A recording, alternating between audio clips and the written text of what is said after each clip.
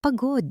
Iyon ang unang salitang pumasok sa isip ni Daniel habang hinihila ang sarili palabas ng kanyang sasakyan. Ang bigat ng kanyang leather briefcase ay katumbas ng bigat ng kanyang mga balikat. Isang linggo sa ibang bansa para sa isang business deal na halos hindi niya na maalala kung para saan. Niluwagan niya ang kurbata sa kanyang leeg at huminga ng malalim. Ang amoy ng nilutong adobo ang sumalubong sa kanya pagbukas niya ng pinto. Malinis at kumikinang ang buong bahay. Tahimik. Perpekto. Nakangiting naglalakad mula sa kusina ang kanyang asawang si Victoria. Suot ang isang simpleng bestida pero nagliliwanag pa rin ang kagandahan. Welcome home, mahal. Ngumiti si Daniel. Ito ang lahat ng pinaghirapan niya. Ang marangyang bahay, ang matagumpay na company, ang magandang asawa. Isang perpektong buhay.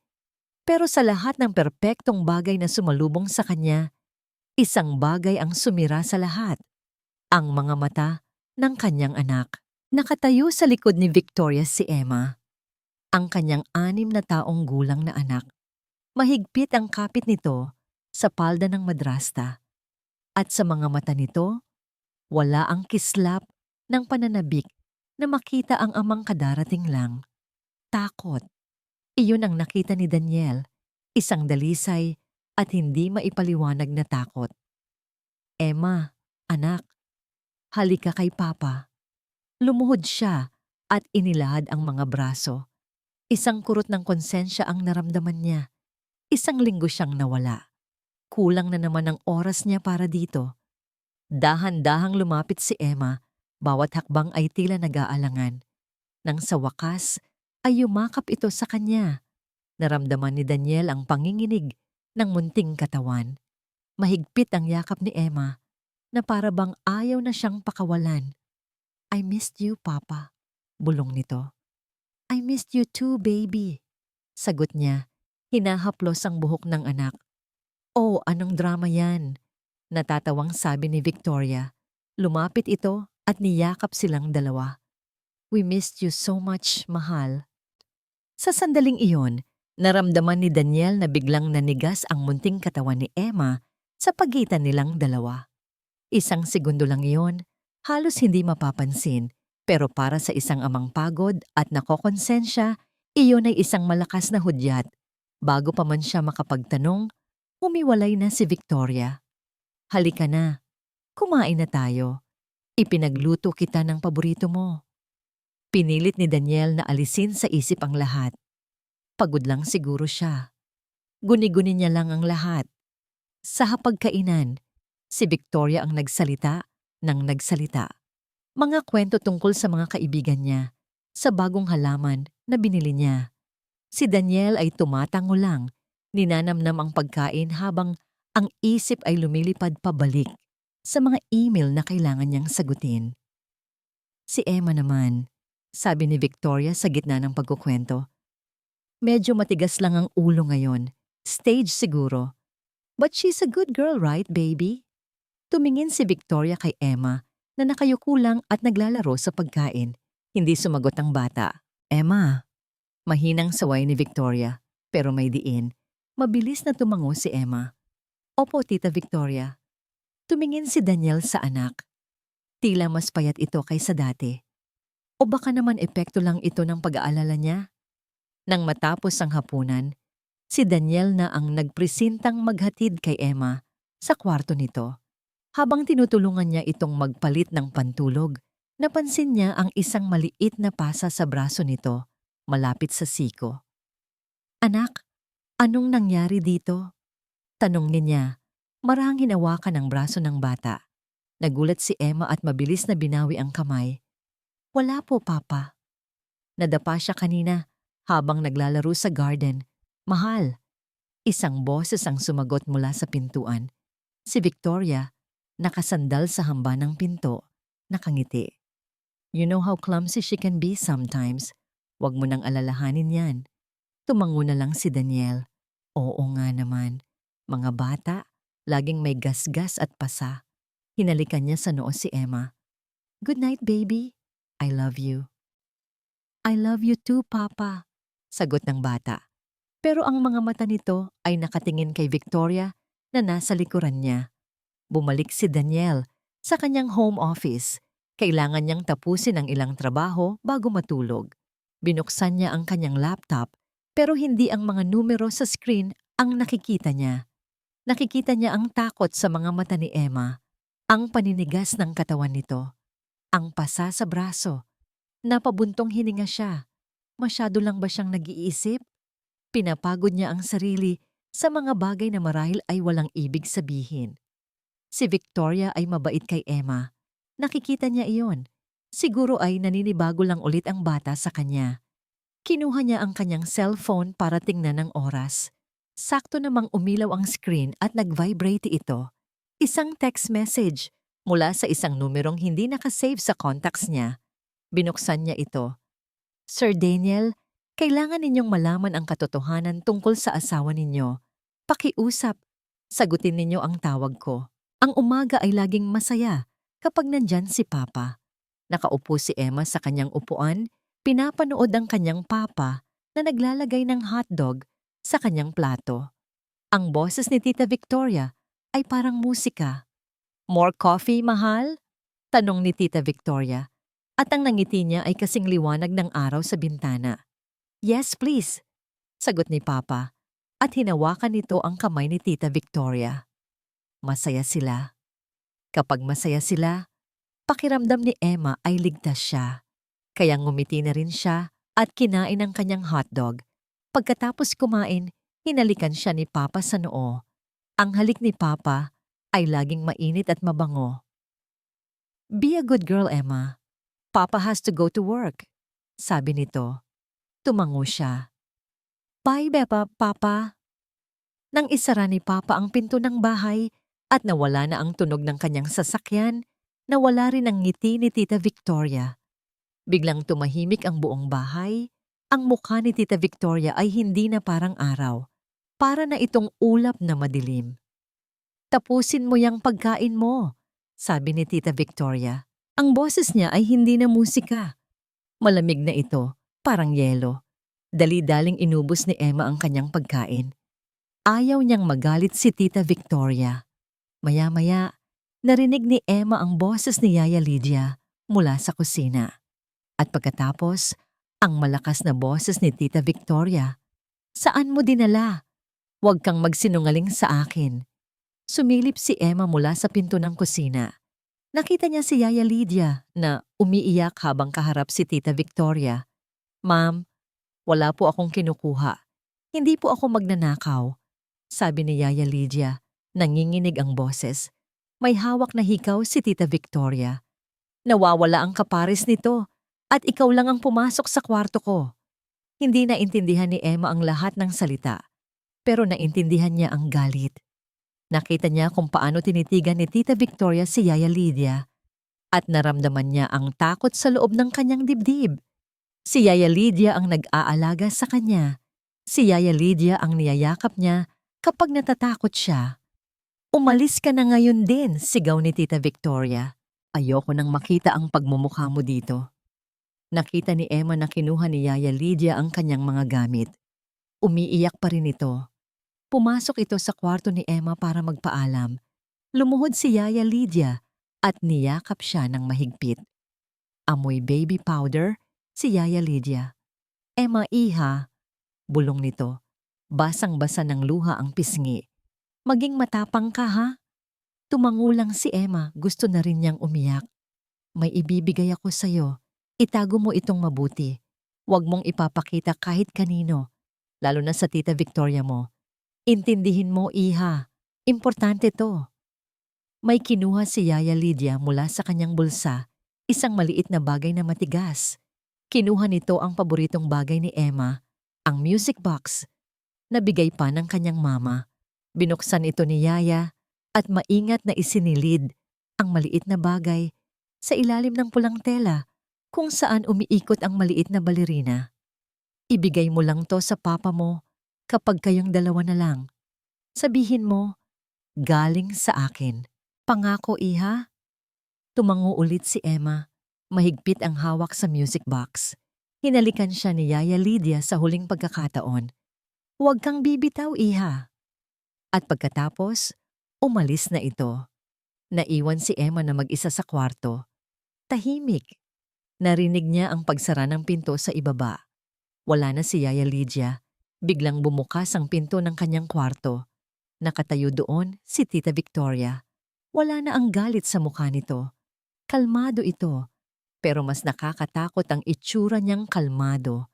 Lumapit ito sa kanya. Dahan-dahan. From now on, it's just you and me. Sabi nito sa mahinang boses. Hinawakan nito ang braso ni Emma. Understand? Ang pagkakahawak ni Tita Victoria ay mahigpit, masakit. Napakagatlabi si Emma para hindi mapaiyak. Tumango siya. Binitawan siya ni Tita Victoria at ngumiti ulit. Pero ang nangiting iyon ay hindi umabot sa kanyang mga mata. Good girl. Lumabas na ng kwarto si Tita Victoria. Isinara ang pinto. Naiwan si Emma na nanginginig. Mag-isa na lang siya. Niyakap niya ang music box. Ang tanging alaala ng kanyang mama. At ngayon, ang tanging sikreto niya kasama si Yaya Lydia. Binuksan niya ito. Tumunog ang pamilyar na kanta. Pero sa ilalim ng sumasayaw na balerina, alam niyang may nakatago doon. Isang pangako. Bigla, narinig niya ang mga yabag sa labas ng kanyang pinto. Papalapit. Dali-dali niyang isinara ang music box. Ang tunog ay biglang naputol. Sa sobrang takot, itinulak niya ito sa ilalim ng kanyang kama, sa pinakaloob kung saan madilim. Hindi mapakali si Daniel. Kanina pa siya nakatitig sa screen ng kanyang laptop, pero ang mga numero at letra ay lumalabo lamang sa kanyang paningin. Ang tanging malinaw sa isip niya ay ang text message na paulit-ulit niyang binabasa sa kanyang cellphone. Sir Daniel, kailangan ninyong malaman ang katotohanan tungkol sa asawa ninyo. Sino ito? Paano nakuha ang numero niya? At anong katotohanan ang sinasabi nito? Isang bahagi ng isip niya, ang CEO na sanay sa mga problema, ay nagsasabing isa lang itong scam, isang panloloko. Pero ang isang bahagi, ang ama na nakakita ng takot sa mata ng kanyang anak, ay hindi mapalagay. Sa isang iglap, nagdesisyon siya. Hindi siya makakatulog hanggat hindi niya nalalaman. Pinindot niya ang numero at itinapat ang cellphone sa kanyang tainga. Isang ring lang, sinagot agad ito. Hello? Sir Daniel? Isang boses ng babae, basag at halatang galing sa pag-iyak. Sino to? Tanong ni Daniel, formal at seryoso. Si Lydia po ito, sir. Yung dating yaya ni Emma. Natigilan si Daniel. Si Yaya Lydia, ang matandang yaya na halos kasabay niyang dumating sa bahay. Bakit siya tatawag? Lydia, anong problema? Bakit ka umalis nang walang paalam? Narinig niya ang isang hikbi mula sa kabilang linya. Hindi po totoo yun, sir. Pinalayas po ako. Sir, pakiusap. Kailangan ninyong umuwi. Kailangan ninyong tingnan si Emma. Anong ibig mong sabihin? Kumunot ang noo ni Daniel. Kakaalis ko lang ng bahay. Okay naman si Emma. Hindi po, sir. Hindi niyo po nakikita ang lahat. Ang asawa ninyo. Si Ma'am Victoria, may ginagawa po siya. Natigil si Lydia. Tila natatakot ituloy ang sasabihin. Bantayan niyo po si Emma, sir. Pakiusap. Lydia, diretsuhin mo ako. Anong ginagawa ni Victoria? Igiit ni Daniel, pero ang narinig na lang niya ay mga hikbi. Basta po, sir, yung music box. Yung kay Emma, doon, biglang naputol ang tawag. Binaba ni Daniel ang cellphone, mas lalo lang siyang naguluhan. Music box? Anong kinalaman noon? Kinabukasan, hindi niya maiwasan ang bigat sa kanyang dibdib. Habang nag-aalmusal, pinagmasdan niya si Victoria. Ang ganda pa rin nito. Ang amo ng muka. Imposible. Imposibleng may gawin itong masama. Mahal, simula niya. Sinubukan niyang gawing kaswal ang kanyang boses. Tumawag si Lydia kagabi. Nakita niya ang bahagyang pagbabago sa mukha ni Victoria. Ngumiti ito, pero isang pilit na ngiti. Oh, Raleigh? Anong sabi niya? Hindi ko masyadong naintindihan. Umiiyak siya. Tinanong ko kung bakit siya biglang umalis.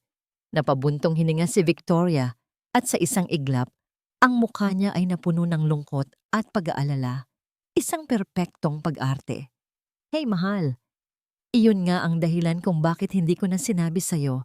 Ayokong dagdagan ang stress mo sa trabaho. Hinawakan nito ang kamay niya. Si Lydia, may mga personal siyang problema. Medyo hindi stable ang pag-iisip niya. Nahuli ko siyang kinakausap ang sarili niya. Minsan, nakita ko siyang nakatitig lang kay Emma habang natutulog ito. Natakot ako para sa anak natin, Daniel. Natulala si Daniel. Yun ba ang dahilan? Kinausap ko siya ng maayos. Patuloy ni Victoria.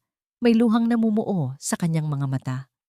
Binigyan ko siya ng malaking halaga para makapagsimula ulit. Sinabi ko na lang na kailangan na nating magbawas ng staff. Ayokong mapahiya siya. Siguro, masama lang ang loob niya. Naramdaman ni Daniel ang hiya. Pinagdudahan niya ang kanyang asawa.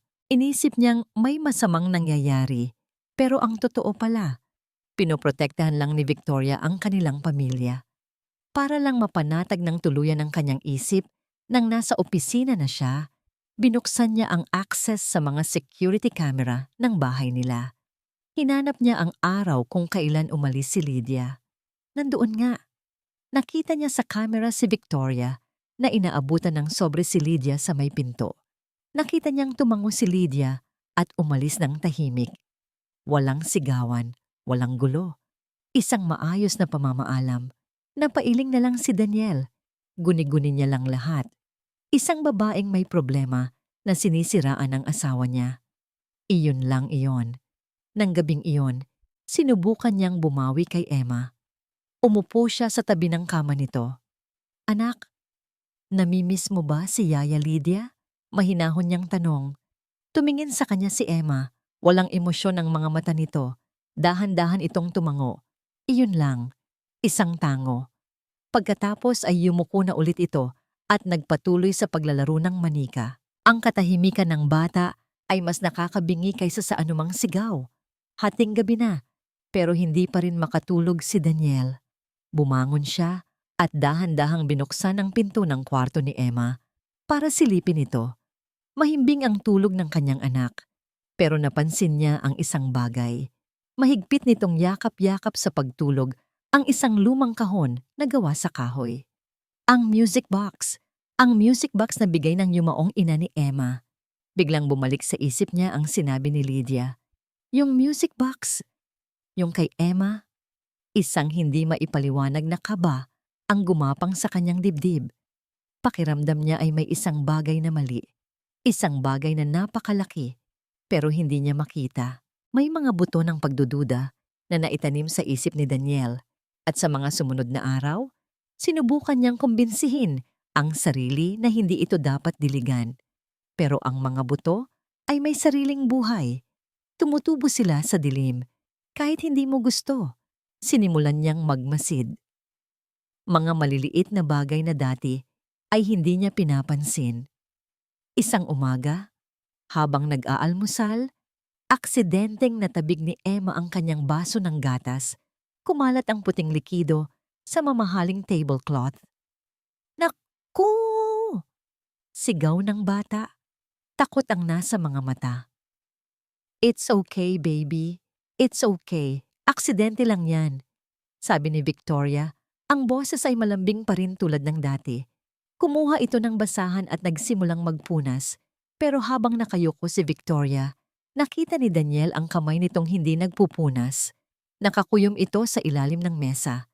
Mahigpit na namumuti ang mga buko ng daliri. Isang segundo lang iyon. Pag-angat ng ulo ni Victoria, nakangiti na ulit ito. Halika anak, palitan natin yang damit mo. Basa na, sabi nito. At inakay si Emma paakyat ng hagdan. Pagkalipas ng ilang sandali, mula sa itaas, narinig ni Daniel ang isang maikling, pigil na iyak. Mabilis siyang napatayo. Anong nangyari? Tanong niya nang makasalubong niya ang pababang si Victoria. Si Emma ay nasa likod nito, nakayuko. Wala, mahal. Nadulas lang si Emma sa sahig. Medyo basa pa kasi. But she's okay. Hindi na umimik si Daniel, pero ang eksenang yon ay nanatili sa kanyang isip buong araw. Makalipas ang 2 araw, nakatanggap siya ng tawag mula sa guro ni Emma. Mr. Sandoval, sorry to bother you at work, sabi ng guro. Napapansin ko lang po kasi na nitong mga nakaraang linggo, si Emma po ay palaging nag-iisa. Hindi na po siya nakikipaglaro sa mga kaklase niya tuwing recess. Palagi lang po siyang nakaupo sa isang sulok. Pag-uwi niya ng gabing iyon, kinausap niya si Victoria. Baka naman naninibago lang siya sa bagong schedule, mahal. Sagot ni Victoria, hinahaplos ang kanyang braso.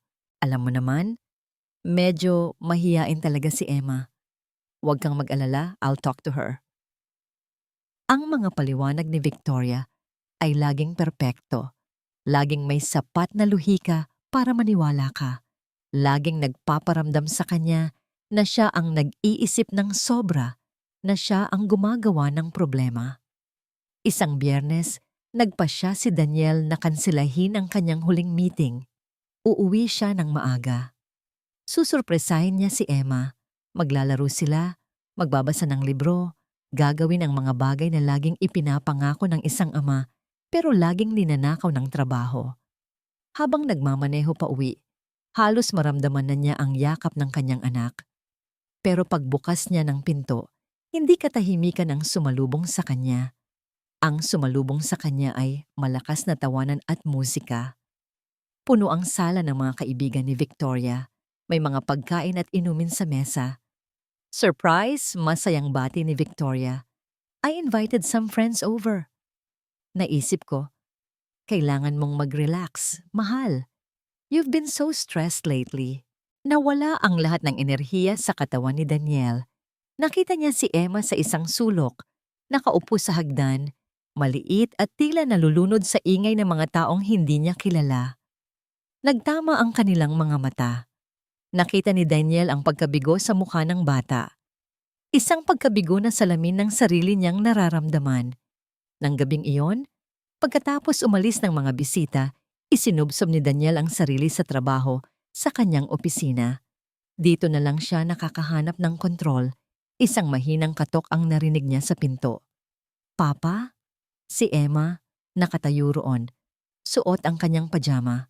Sa kanyang mga kamay, hawak niya ang lumang music box. Dala niya ito na parang isang handog.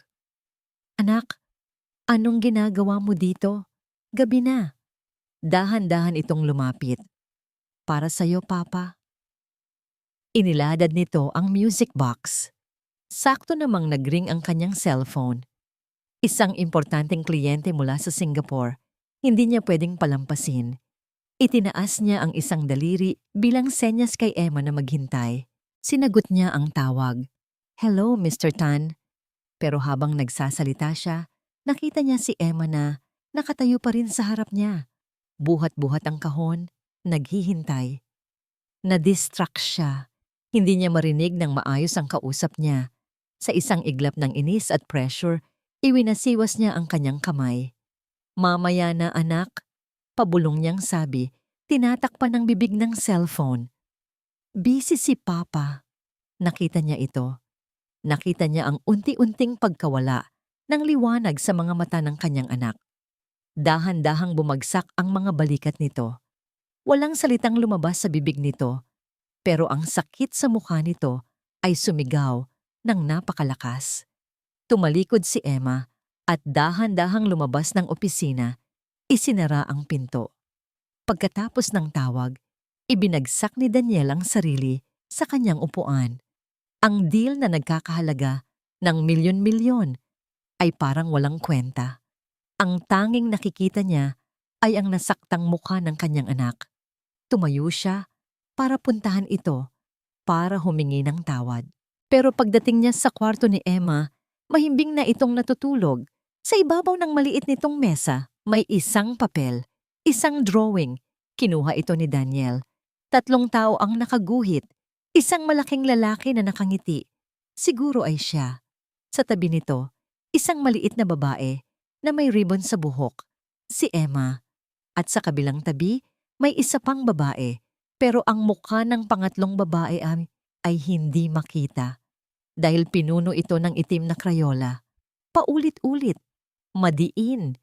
Galit na mga guhit na halos makabutas sa papel. Nanlamig ang buong katawan ni Daniel. Hindi na ito guni-guni. Hindi na ito pag-iisip ng sobra. Ito ay isang babala. Pinagmamasdan ni Victoria ang kanyang asawa mula sa siwang ng pinto ng opisina nito. Nakatayo lang si Daniel doon. Hawak ang drawing ni Emma. Hindi ito gumagalaw. Ang tanging nakikita lang ni Victoria ay ang likod nito. Pero ramdam niya ang bigat sa mga balikat nito. Ramdam niya ang pag-aalinlangan.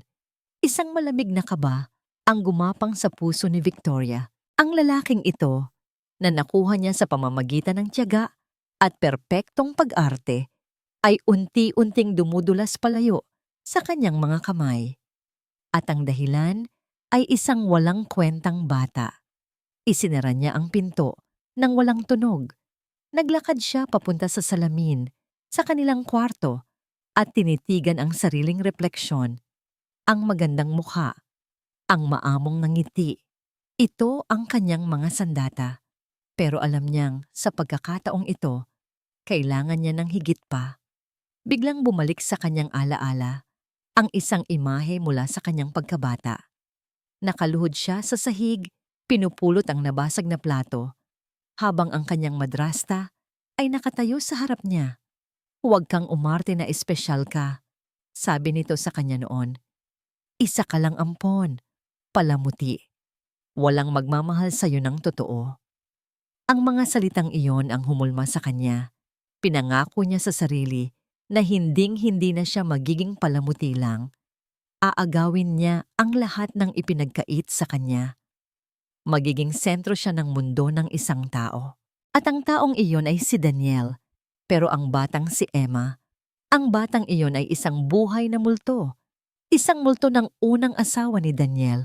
Isang multo na paalala na siya ay pangalawa lamang. Bakit siya magkakaroon ng lahat ng wala ako? Tanong niya sa kanyang sarili. Bakit siya magkakaroon ng isang amang handang mag-alala, samantalang siya ay walang sinuman? Ang galit na iyon ay nagbigay sa kanya ng malamig na determinasyon. Ang yaya. Si Lydia. Siguradong may ginawa ang matandang yon. At alam niya kung saan ito mag-iiwan ng mensahe. Hating gabi, nang sigurado siyang mahimbing na ang tulog ng lahat, dahan-dahan siyang pumasok sa kwarto ni Emma. Ang bata ay mahimbing na natutulog, payapa ang mukha. Isang itsurang kinamumuhian ni Victoria. Walang tunog siyang gumalaw. Binuksan niya ang aparador. Tiningnan sa ilalim ng mga laruan. Sa loob ng baul, wala. Wala ang music box. Kinakabahan, lumuhod siya at sinilip ang ilalim ng kama. Madilim. Ginamit niya ang ilaw mula sa kanyang cellphone. Nakita niya ang alikabok, mga nawawalang medyas, pero wala ang kahon. Nasaan na yon? Siguradong itinago yon ng bata. Ang munting demonyo. Tumayo siya. Ang kanyang isip ay mabilis na nag-iisip. Kung hindi niya kayang sirain ang ebidensya, kailangan niyang gumawa ng isang bagay na hihigit pa sa anumang ebidensya. Isang bagay na tatalian si Daniel sa kanya habang buhay. Isang plano ang nabuo sa kanyang isip. Isang napakadelikado, pero napaka-perpektong plano. Kinabukasan, sinimulan niya ito. Mahal, medyo nahihilo ako, sabi niya kay Daniel habang nag-aalmusal. Sa sumunod na araw, sinadya niyang magsuka sa banyo habang naririnig siya ni Daniel. Nakikita niya ang pag-aalala sa mukha ng asawa. Ang pagdududa nito ay unti-unting napapalitan ng bagong emosyon. Pag-aalala para sa kanya. Gumagana ang kanyang plano. Isang hapon, habang nag-aayos siya ng mga libro sa sala, nakita niya si Daniel na naglalakad papunta sa kwarto ni Emma. Nakaramdam siya ng matinding kaba. Sinundan niya ito Nakita niyang pumasok ito sa loob. Sumilip siya sa pinto. Nakita niya si Daniel na nakaluhod. Kinukuha ang isang bagay mula sa ilalim ng kama. Ang music box. Nabitawan niya ang hiningang hindi niya namalayang pinipigil niya. Ito na. Ang katapusan. Pero hindi. Hindi siya papayag. Sa isang iglap, kumilos siya. Pumasok siya sa kwarto. Ang muka ay pinaputla niya. Ang mga kamay ay nanginginig. Daniel. Tawag niya sa mahinang boses. Lumingon si Daniel. Gulat. Sa mga kamay nito, hawak nito ang kahon. Ang tanging sagabal sa kanyang perpektong buhay. Anong? Hindi niya pinatapos si Daniel. Hinawakan niya ang kanyang ulo. Mahal, nahihilo ako. Sobra. Nakita niya ang pagbabago sa mukha ni Daniel. Ang pag-aalala para kay Emma ay biglang nabaling sa kanya. Victoria, anong nangyayari sa'yo? Naglakad siya palapit. Sinadya niyang manghina ang mga tuhod. At habang hawak-hawak pa rin ni Daniel ang music box, bumagsak siya sa mga braso nito. Victoria! Sigaw ni Daniel puno ng panik. Nabitawan ni Daniel ang music box. Gumulong ito sa sahig, lumikha ng isang mahinang tunog at nagtago sa ilalim ng aparador. Sa isang sulok na madilim at kinalimutan. Dahil ang tanging mahalaga na lang kay Daniel sa sandaling iyon ay ang babaeng nasa kanyang mga bisig, ang babaeng may dala ng isang sick. Ang bawat salita ng doktor ay parang isang malakas na alon na humahampas sa isip ni Daniel. Mr. Sandoval, are you still there? Tanong ng boses sa kabilang linya. Yes. Yes, I'm here. Sagot ni Daniel. Napaupo siya sa pinakamalapit na silya. Congratulations! Your wife is 6 weeks pregnant. Buntis. Buntis si Victoria. Pagkababa niya ng telepono, isang alon ng mga emosyon ang sabay-sabay na bumuhos sa kanya. Una, ang saya. Magkakaroon sila ng isa pang anak, isang bagong simula. Pagkatapos, ang hiya. Ang matinding hiya. Lahat ng pagdududa niya, lahat ng masasamang isip niya tungkol kay Victoria ay parang isang malaking kasalanan ngayon. Kaya pala siya laging pagod. Kaya pala siya nahilo. Kaya pala lahat. Lahat ay may paliwanag. At ang paliwanag na yon ay ang anak nila na nasa sinapupunan nito. Pero sa ilalim ng lahat ng yon, may isang maliit na tinig. Isang malamig na bulong na hindi niya mapatahimik.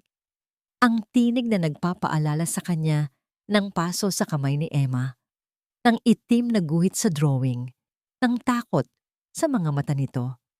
Sinubukan niyang itulak yon palayo. Kailangan niyang maging masaya. Kailangan niyang suportahan ang kanyang asawa. Pag-uwi niya, sinalubong siya ni Victoria na may ngiti sa labi. Tumawag din sila sa akin, mahal. Niyakap niya ito. Magkakaroon na tayo ng baby. Bulong niya. Pero habang yakap niya ito, pakiramdam niya ay may mali. Pakiramdam niya ay may isang malaking piraso ng puzzle na hindi pa rin bumabagay. Nang gabing iyon, hindi siya mapakali. Si Victoria ay maagang natulog. Kailangan daw nitong magpahinga. Si Emma naman ay tahimik na sa kanyang kwarto. Naglakad-lakad si Daniel sa loob ng bahay. Naglinis siya ng kaunti. Inayos ang mga laruang nakakalat sa sahig ng sala. Isang paraan para mailabas ang bumabagabag sa kanyang isipan. Habang inaayos niya ang isang hilera ng mga libro sa sala, may nahagip ang kanyang mata. Isang bagay na pamilyar sa ilalim ng mababang aparador. Medyo madilim, pero kumislap ito nang tamaan ng ilaw. Lumuhod siya at sinilip ito. Ang music box. Naiwan pala ito dito. Nalimutan sa gitna ng lahat ng kaguluhan kanina. Kinuha niya ito. Malamig ang kahoy sa kanyang mga kamay. Dinala niya ito sa kanyang opisina. Isinara ang pinto at umupo sa kanyang silya. Para siyang nahihipnotismo habang nakatitig dito. Ang lumang kahon na ito, ang sentro ng lahat. Ito ang huling binanggit ni Lydia. Ito ang pilit na inaabot sa kanya ni Emma. Ito ang hawak niya nang himatayin si Victoria. Sa pagkakataong ito, walang istorbo, Walang tawag sa telepono, walang asawang biglang susulpot. Siya lang at ang kahon ng musika. Dahan-dahan, binuksan niya ito. Tumunog ang pamilyar na himig. Ang maliit na balerina ay nagsimulang umikot. Pinanood niya ito at sa ilalim ng pulang tela, kung saan ito nakatayo, may nakita siyang itim na bagay na hindi dapat nandoon. Maingat niya itong kinuha. Isang maliit na USB flash drive. Nanlamig ang kanyang mga kamay. Anong ginagawa nito dito? Isinaksak niya ito sa port ng kanyang laptop. Sa isang iglap, lumabas ang isang folder. Binuksan niya ito. May isang file sa loob. Isang audio file. Riso1 Wav. Huminto ang paghinga ni Daniel. Ito na. Ang sagot sa lahat ng kanyang tanong ay nasa isang click na lang. Pero natatakot siya. Natatakot siya sa kung anong maririnig niya. Pero mas natatakot siya sa posibilidad na magpatuloy mabuhay sa isang kasinungalingan. Nanginginig ang kanyang kamay habang ginagalaw ang mouse. Itinapat niya ang cursor sa play button. Huminga siya ng malalim. Pagkatapos ay pinindot niya ito. Pero bago pa man may lumabas na anumang tunog mula sa speakers, bumukas ang pinto ng kanyang opisina. Nakatayo doon si Victoria. Hindi ito mukhang gulat. Hindi ito mukhang takot. Ang mukha nito ay kalmado. Isang nakakakilabot na kalmadong ekspresyon. Ang mga mata nito ay hindi nakatingin sa kanya. Nakatutok ito sa screen ng laptop, sa pangalan ng file na nakabukas. Alam niya. Alam niya kung ano ang nasa loob noon. Itinaas ni Victoria ang kanyang tingin at sinalubong ang mga mata ni Daniel. Bago pa man makarinig si Daniel ng kahit ano mula sa recording, nagsalita si Victoria. Ang kanyang boses ay hindi galit, hindi nagmamakaawa. Ito ay malamig at matatag, isang boses na nagbibigay ng isang huling pamatay na utos. Bago mo pakinggan yan, Daniel, sabi nito, pakinggan mo muna ako. Humakbang ito papasok sa opisina, hindi inaalis ang tingin sa kanya. Buntis ako. Ang tatlong salita na yon ay tumama kay Daniel na parang isang pader. Buntis ako. Hindi ito tanong. Hindi ito balita. Ito ay isang armas. At sa sandaling iyon, nakatutok ito mismo sa kanyang puso. Nakatayo si Victoria sa harap niya. Ang kalmadong ekspresyon ay unti-unting napalitan ng sakit. Mga luhang nagsimulang mamuo sa gilid ng kanyang mga mata. Isang perpektong pagganap. Paano mo nagagawa to sa akin, Daniel? Basag ang boses nito. Sa amin? Hinawakan nito ang kanyang tiyan. Nakatitig lang si Daniel, hindi makapagsalita. Ang isip niya ay isang magulong digmaan. Sa isang panig, ang malamig at matigas na ebidensya na nasa kanyang harapan. Ang USB. Ang recording na hindi pa niya naririnig pero alam niyang magpapabagsak sa kanyang mundo. Sa kabilang panig, ang babaeng mahal niya, ang ina ng kanyang magiging anak, na nakatayo sa harap niya, umiiyak, nasasaktan. Isang recording. Isang recording mula sa isang katulong na may galit sa akin ang paniniwalaan mo? Patuloy ni Victoria, ang bawat salita ay puno ng pait. Hindi ako, Daniel. Hindi ang asawa mo. Hindi ang ina ng anak mo. Bawat salita ay isang patalim. Bawat luha ay isang kadena. Nararamdaman ni Daniel na tila siya ay ginagapos. Hindi ko alam. Iyon lang ang nagawa niyang isagot. Ang kanyang boses ay mahina, nawawala.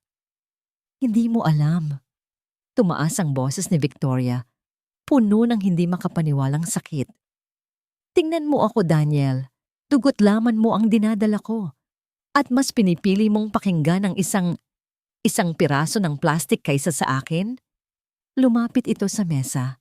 Nakita ni Daniel ang galit na kumikislap sa mga mata nitong basa ng luha. Sinira ni Lydia ang buhay ko.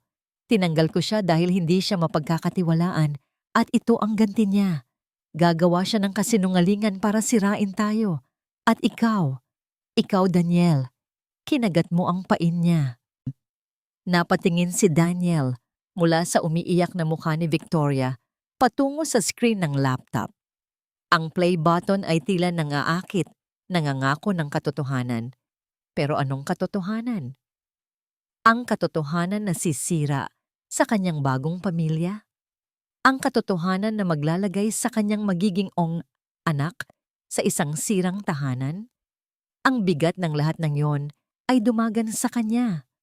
Ang pagod, ang stress, ang pagkakasala. Tumigil kayong lahat.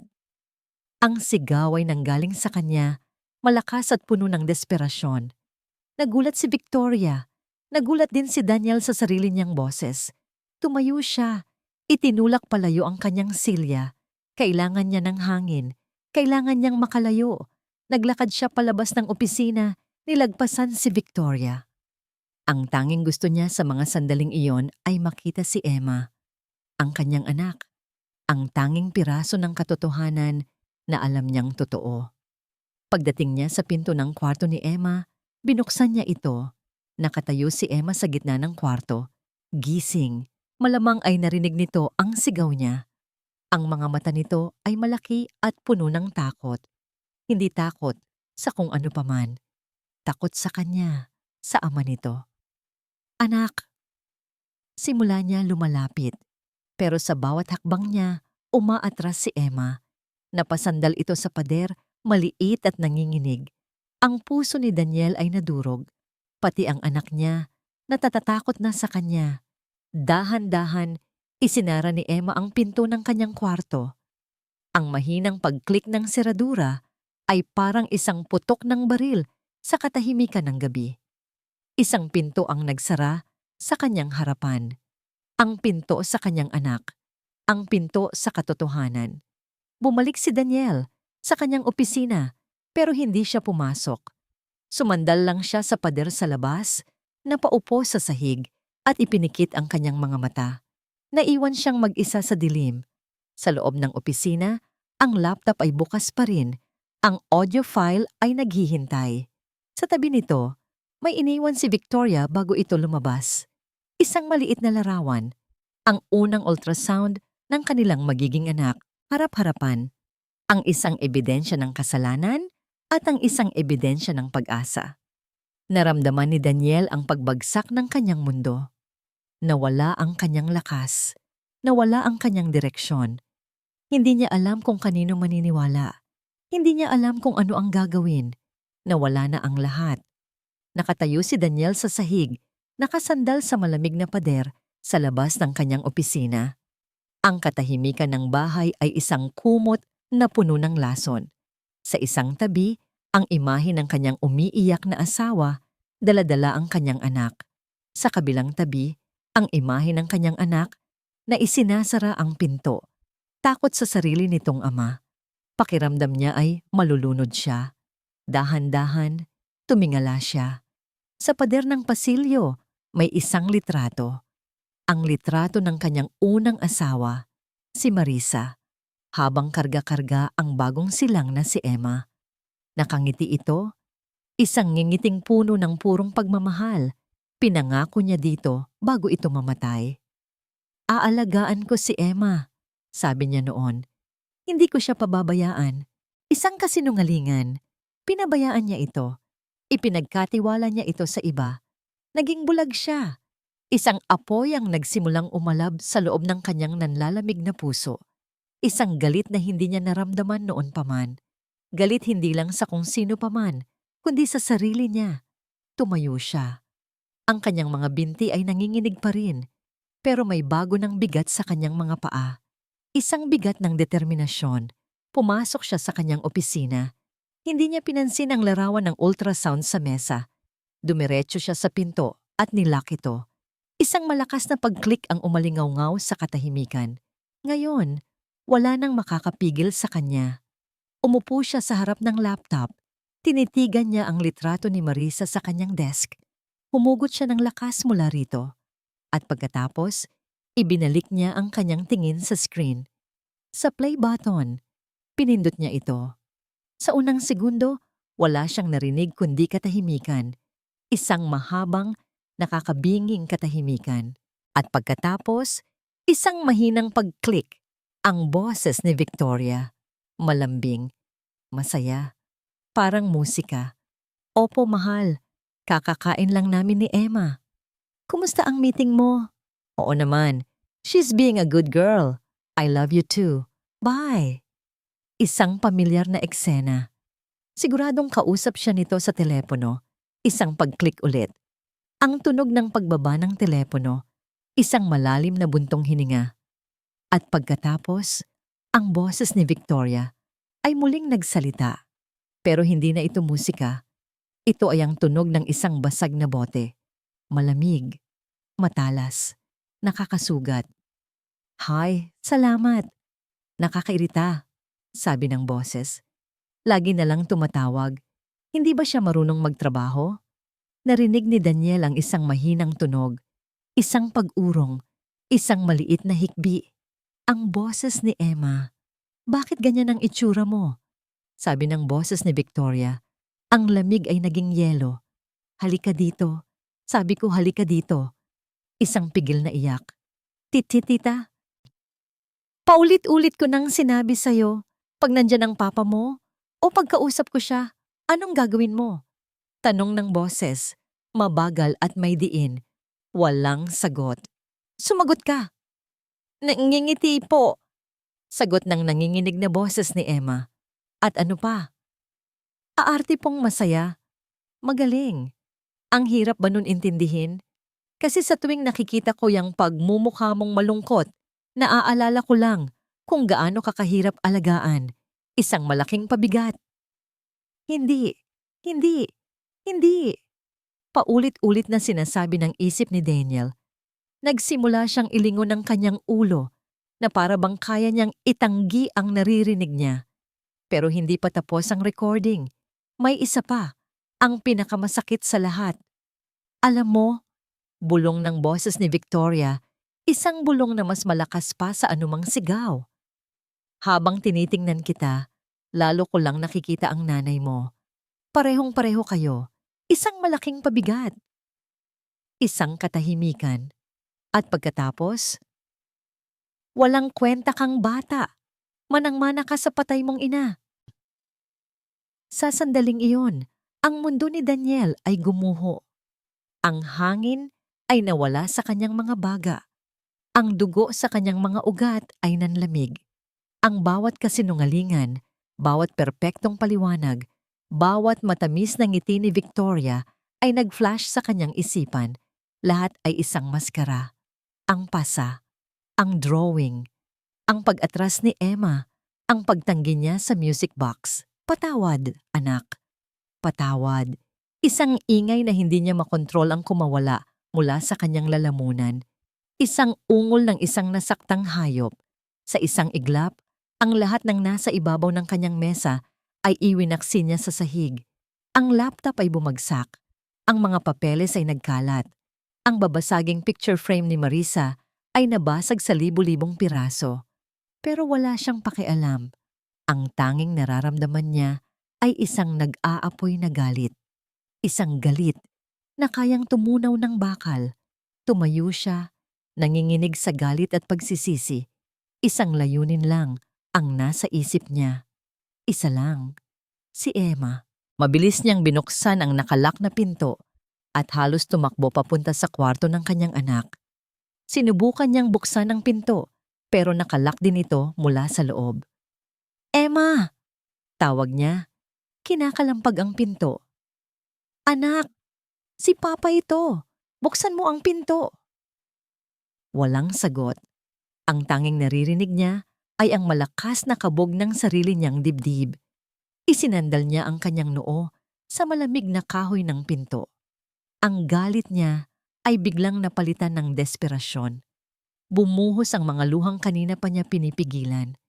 Anak! Patawarin mo si Papa, sabi niya. Basag ang kanyang boses. Naging bulag ako. Naging tanga ako. Pero narito na ako. Hindi na kita iiwan. Bubuksan ko ang pinto. Pangako, ililigtas kita. Hindi na siya naghintay ng sagot. Umatras siya ng ilang hakbang at sa lahat ng natitira niyang lakas, sa lahat ng kanyang pagsisisi at pagmamahal, Para sa kanyang anak, sinipa niya ang pinto. Isang malakas na lagabog. Sa pangalawang sipa, ang seradura ay sumuko. Bumukas ang pinto. Pumasok si Daniel sa loob, handa sa kahit ano. Pero ang nakita niya ay mas malala pa sa kanyang inaasahan. Nasa sulok ng kwarto si Victoria at hawak nito si Emma. Mahigpit. Ang isang kamay nito ay nakatakip sa bibig ng bata. Ang mga mata ni Emma ay nanlalaki sa takot, puno ng luha, nakatingin sa kanya. Isang tahimik na sigaw ng tulong. "Subukan mong lumapit, Daniel," sabi ni Victoria. Ang boses ay kalmado na ulit, pero ngayon, naririnig na ni Daniel ang demonyo sa likod ng kalmadong yon. At hindi mo na makikita ang anak mo. Tumingin ito pababa sa sarili nitong tiyan, at pagkatapos ay tumingin pabalik sa kanya. Isang mapangutyang na ngiti ang gumuhit sa kanyang mga labi.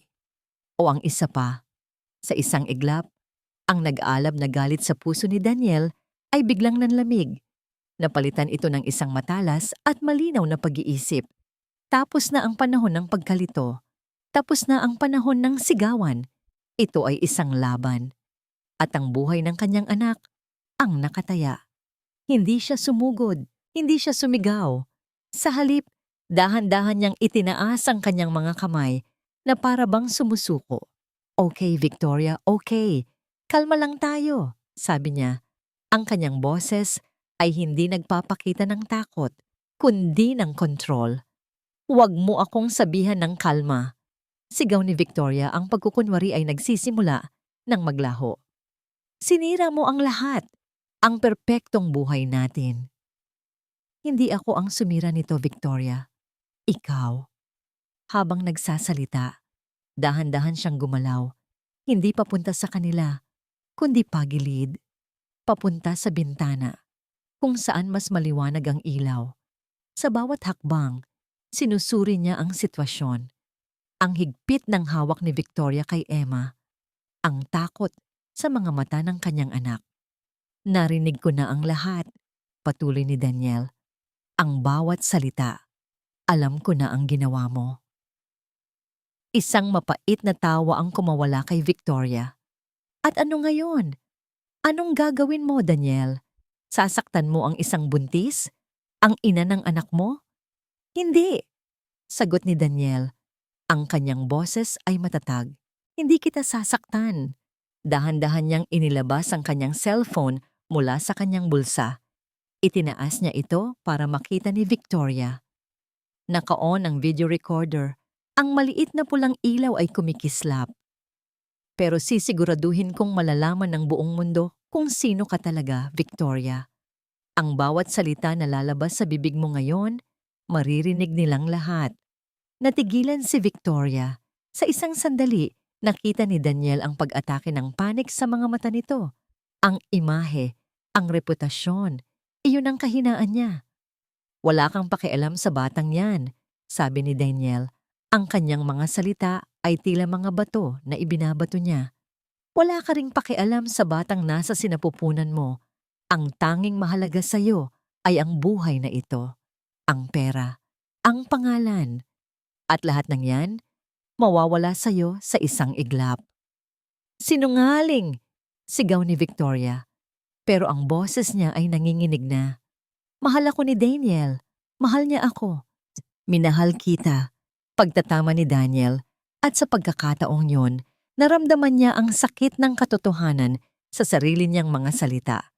"Minahal ko ang isang ilusyon, ang isang maskara, pero ang babaeng nasa harap ko ngayon, ang halimaw na nananakit ng sarili kong anak, hindi ko siya kilala." Ang mga salitang iyon ang tuluyang bumasag kay Victoria. Bumitaw ang kanyang kontrol. "Kasalanan niyo to." Sigaw niya, ang kanyang mukha ay nag-iba, naging itsura ng purong galit at pait. Kasalanan ng nanay niya. Palagi na lang siyang anino. Kahit patay na, nandito pa rin siya. Sa batang yan, sa bahay na to. Dapat sa akin ang lahat ng to. Sa akin lang. Habang sumisigaw si Victoria, habang inilalabas nito ang lahat ng lason na tinago nito sa loob ng maraming taon, lumuwag ang kanyang pagkakahawak kay Emma. Iyon ang pagkakataong hinihintay ni Daniel. Sa isang mabilis na kilos, sumugod siya. Hindi niya pinansin si Victoria. Ang kanyang mga mata ay nakatuon lamang kay Emma.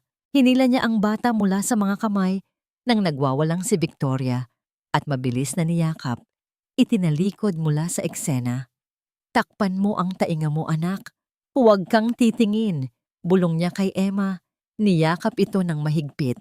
Sa likuran nila, si Victoria ay napasandal sa pader, humahagulgol. Hindi na iyak ng isang biktima, kundi iyak ng isang talunan. At sa sandaling iyon, bumukas ang pinto at pumasok ang dalawang pulis. Nakatawag na si Daniel bago pa man niya sinipa ang pinto. Habang kinukuha ng mga pulis si Victoria, na ngayon ay nagwawala na at sumisigaw ng mga walang kwentang salita, si Daniel ay nanatiling nakayakap kay Emma. Pinikit niya ang kanyang mga mata, hinayaan ang tunog ng sirena sa labas na maging hudyat ng katapusan ng bangungot na ito. Nang sa wakas ay tumahimik na ang lahat, naramdaman niya ang isang mahinang paggalaw sa kanyang mga braso. Dahan-dahang humiwalay si Emma sa pagkakayakap. Tumingala ito sa kanya. Ang mga mata nito ay pula at namamaga sa pag-iyak. Pero sa kauna-unahang pagkakataon, sa loob ng napakatagal na panahon, wala na ang takot. Dahan-dahan, itinaas ni Emma ang kanyang maliliit na braso at ipinulupot sa leeg ng kanyang ama. Isang yakap. Isang tunay na yakap. At sa katahimikan ng kwarto, isang salita ang binulong nito. Isang salitang matagal nang gustong marinig ni Daniel. "Papa." Lumipas ang 6 na buwan. Ang malaking bahay na dating simbolo ng tagumpay ni Daniel ay naibenta na. Ang mamahaling kotse ay naipalit na. Ang kumpanyang binuo niya mula sa simula ay ipinasa na niya sa kanyang pinagkakatiwalaang business partner. Nakatira na sila ngayon sa isang maliit na bungalow sa isang tahimik na probinsya. Mayroon itong maliit na hardin sa harap kung saan naglalaro ng habulan si Emma kasama ang bago nilang tuta. Ang hangin ay malinis at ang tanging ingay na maririnig ay ang huni ng mga ibon at ang halakhak ng kanyang anak. Ang tunog ng halakhak. Iyon ang pinakamagandang musika para kay Daniel. Tuwing Miyerkules ng hapon, meron silang session kasama ang isang child therapist. Hindi ito madali. May mga araw na si Emma ay bigla na lang mananahimik. May mga araw na nagigising ito sa gabi. Umiiyak dahil sa masamang panaginip. Pero sa bawat araw, may unti-unting pagbabago. Ngayong hapon, ang kanilang therapy ay pagpipinta. Nakaupo sila sa sahig sa harap ng 2 blankong canvas. "Anong ididrawing mo, Papa?" tanong ni Emma habang isinasaw-saw ang kanyang brush sa kulay dilaw. Ngumiti si Daniel. "Hindi ko pa alam, anak. Ikaw muna." Pinanood niya si Emma. Ang bawat guhit nito ay puno na ng buhay. Gumuhit ito ng isang bahay. Isang maliit na bahay na may pulang bubong. Gumuhit ito ng araw na may malaking ngiti. At sa tabi ng bahay, gumuhit ito ng 2 tao. Isang malaki at isang maliit. Magkahawak ang kamay. Hindi na niya kailangang hulaan kung sino ang mga iyon. Nang araw na iyon, may bisita sila. Si Yaya Lydia. Si Daniel mismo ang naghahanap sa kanya para personal na humingi ng tawad at magpasalamat. "Wala yun, sir," sabi ng matanda. Habang pinapanood si Emma na masayang naglalaro. Ang mahalaga, ligtas na ang bata. "Utang ko sa iyo ang buhay niya, Yaya. Kung may kailangan ka kahit ano." Umiling si Lydia. "Ang tanging kailangan ko lang, sir, ay makita siyang masaya. At mukhang naibigay niyo na sa kanya yon." Naiwan sa mga salitang yon si Daniel. Hindi pera o kapangyarihan ang nakaligtas sa kanila, kundi ang simpleng desisyon na unahin ang tama. Bago umalis si Yaya Lydia, niyakap siya ni Emma ng mahigpit. Isang yakap na puno ng pasasalamat na hindi na kailangan pang sabihin. Tungkol kay Victoria, nalaman ni Daniel mula sa kanyang abogado na ito ay nasa isang mental health facility, sumasailalim sa pagsusuri. Ang kaso ay nakabinbin at ang batang dinadala nito ay totoo. Isang katotohanang mahirap harapin, pero alam ni Daniel na haharapin niya ito pagdating ng tamang panahon para sa kapakanan ng isang inosenteng bata. Pero sa ngayon, ang kanyang buong mundo ay si Emma. Nang gabing iyon, habang naghahanda sila para matulog, may kinuha si Emma mula sa kanyang baul ng mga laruan. Ang music box. Medyo may gasgas na ito at luma na, pero buo pa rin. Dinala niya ito sa kanyang ama. Papa, pwede mo bang buksan? Umupo sila sa kama, magkatabi. Kinuha ni Daniel ang kahon at maingat na itinaas ang takip. Muling tumunog ang pamilyar na himig. Ang maliit na balerina ay umikot ng dahan-dahan. Pero ngayon, wala nang nakatagong takot sa ilalim nito. Wala nang sikretong kailangang iligtas. Ang tanging naroon na lang ay ang musika. Isang purong, payapang musika na pangiti si Emma. Isang totoong gamong ngiti na umabot hanggang sa kanyang mga mata. Isang namang ngiti na nagsasabing gumagaling na siya. Niyakap ni Daniel ang kanyang anak sa loob ng maliit na kwartong iyon. Sa gitna ng katahimikan ng gabi, nahanap niya ang lahat ng nawala sa kanya. Hindi ang pera, hindi ang tagumpay, kundi ang kapayapaan, ang pagmamahal, ang isang pamilya. Kinabukasan, maaga silang gumising para mamasyal sa parke.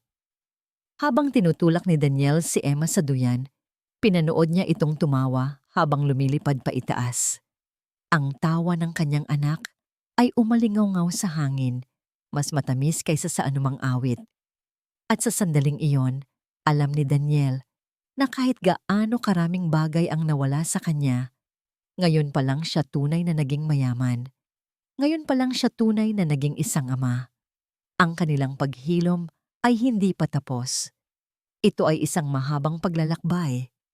Pero sa unang pagkakataon, hindi na sila naglalakbay ng magkahiwalay.